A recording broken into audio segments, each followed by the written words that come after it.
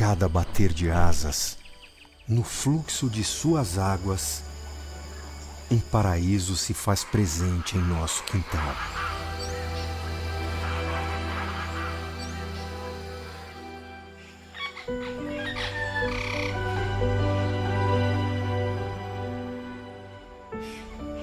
Esse é o nosso Pantanal. Essa beleza natural sofre uma das maiores queimadas dos últimos anos.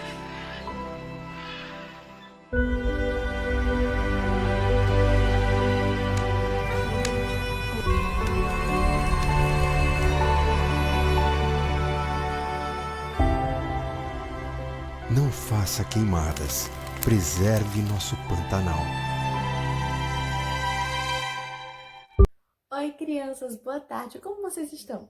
Espero que todos estejam bem. Hoje vamos dar início ao novo conteúdo e vamos falar das aves. Como vocês sabem, as aves são animais vertebrados, tá? Os seus membros anteriores, no caso, esses membros de cima, são modificados, formando asas, possibilitando assim a maioria delas voar.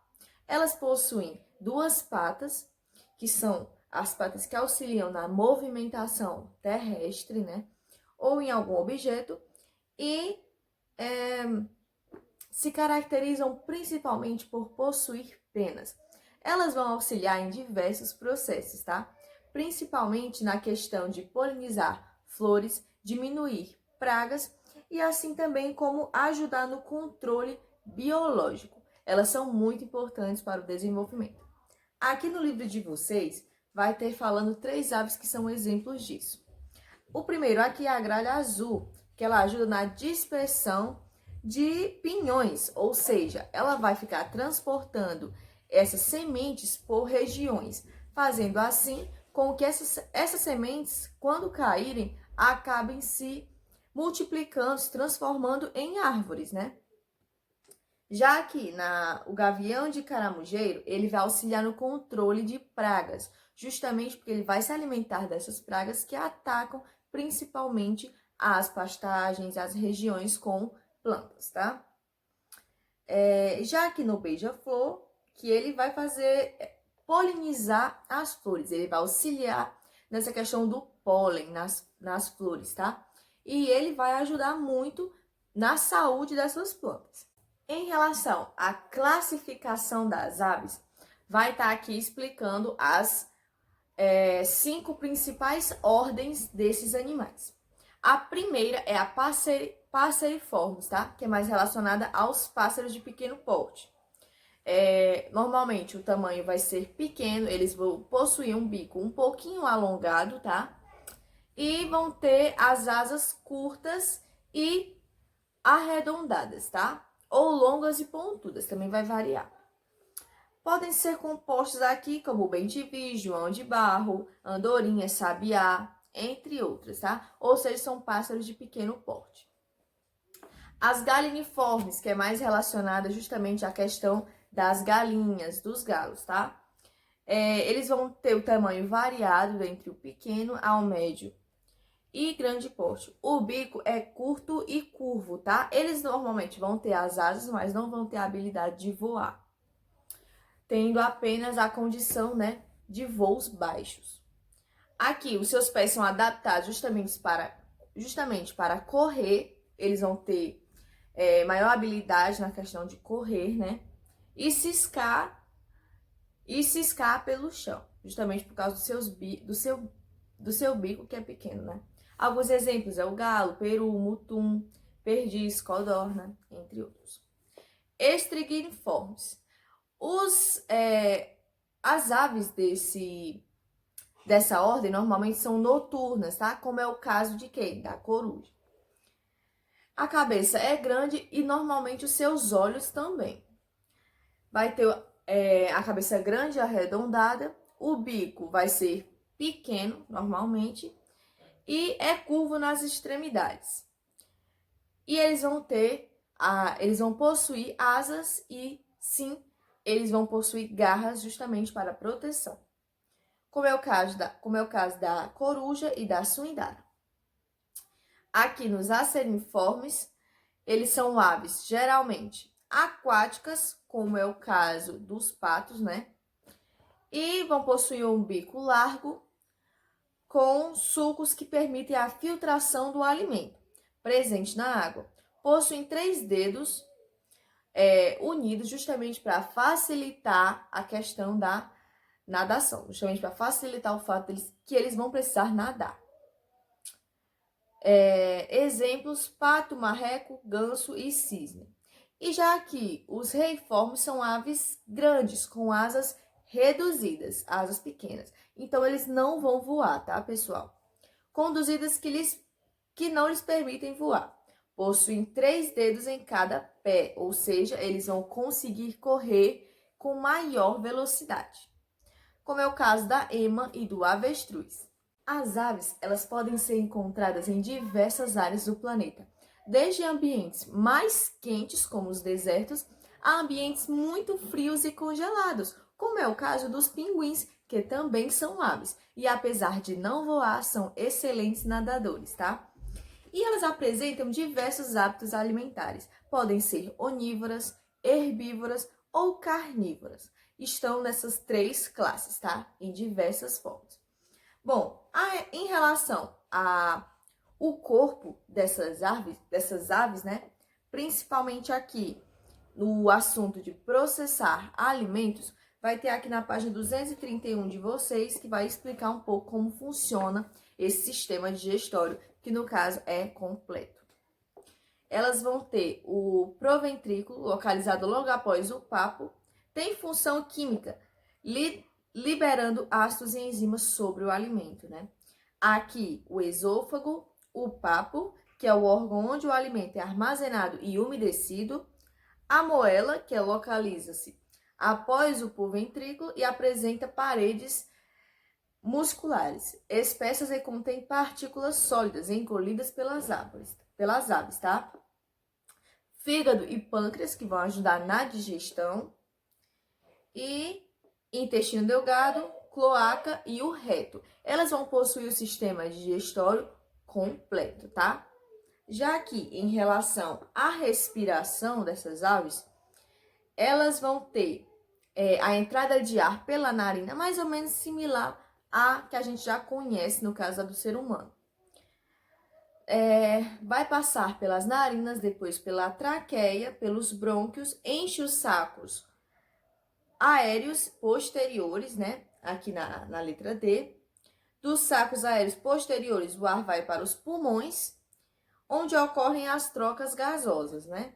O ar está nos sacos aéreos anteriores, que vai para os brônquios e segue para a traqueia, até ser liberado pelas narinas, tá? Em relação ao sistema circulatório, pessoal, o das aves não vai ser tão completo, tá? Eles vão possuir o sangue, né, que é pobre em gás e oxigênio, ele vai estar aqui localizado no átrio direito, que vai fazer toda essa transição, né? O sangue segue para o ventrículo direito e é encaminhado aos pulmões para ser oxigenado. Aqui na letrinha 2, tá? Lembrando que nós estamos na página 232. O sangue segue para o ventrículo direito, logo após o sangue rico em gás, já rico em gás e oxigênio, ele vai seguir para o átrio esquerdo, tá? O sangue bombeado para o ventrículo esquerdo e segue para o corpo. Ele vai fazer mais ou menos essa volta, parecida, mas não tanto com a do ser humano. Pronto, em relação ao sistema nervoso, elas vão ter parte do cérebro que controlam os olhos, tá? E são bem desenvolvidas, permitindo uma visão aguçada. Ou seja, as aves, elas possuem uma visão muito boa e elas conseguem ver a longas distâncias. Algumas espécies possuem audição bem desenvolvida, podendo localizar sua presa somente pelo som emitido. Elas nem precisam ver a presa, porque elas têm uma audição muito boa também.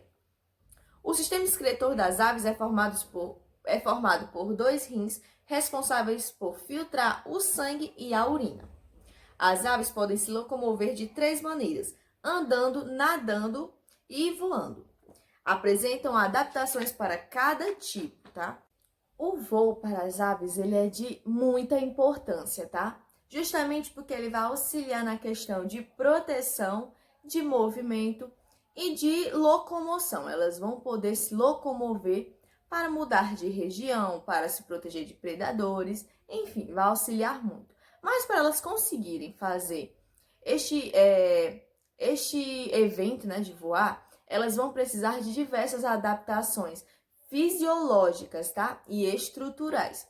Aqui no livro de vocês vai estar explicando cada uma dessas adaptações que são necessárias para que as aves consigam voar. A primeira é asas e corpo. Elas vão precisar de um corpo que seja adaptado às asas. As asas vão precisar de aerodinâmica, ou seja, elas vão ter que ter uma estrutura toda formada para que elas consigam ter essa relação com o corpo e asas, tá? E na formação das asas também, que vai promover o impulso, né, e o equilíbrio no ar. Osso externo e músculos peitorais. Esse osso externo, ele vai auxiliar nessa distribuição de músculos, tá? E ele vai ser achatado, o que vai permitir uma maior leveza nessas aves. E a inserção dos grandes músculos peitorais, utilizados para mover, para facilitar o voo, né? Eles vão justamente mover essas asas.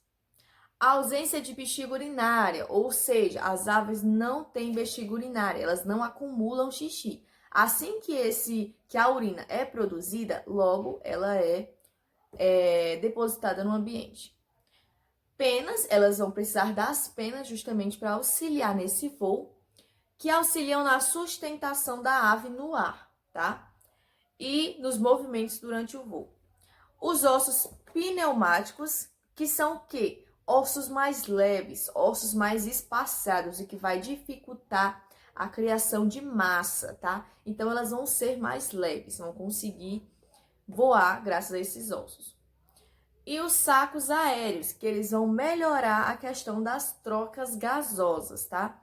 Aí no livro, na página 234 do livro de vocês, vai estar mostrando bem esses sacos aéreos. Tá? Em relação à fecundação das aves, é uma fecundação que vai acontecer interna, graças a uma cloaca, tá?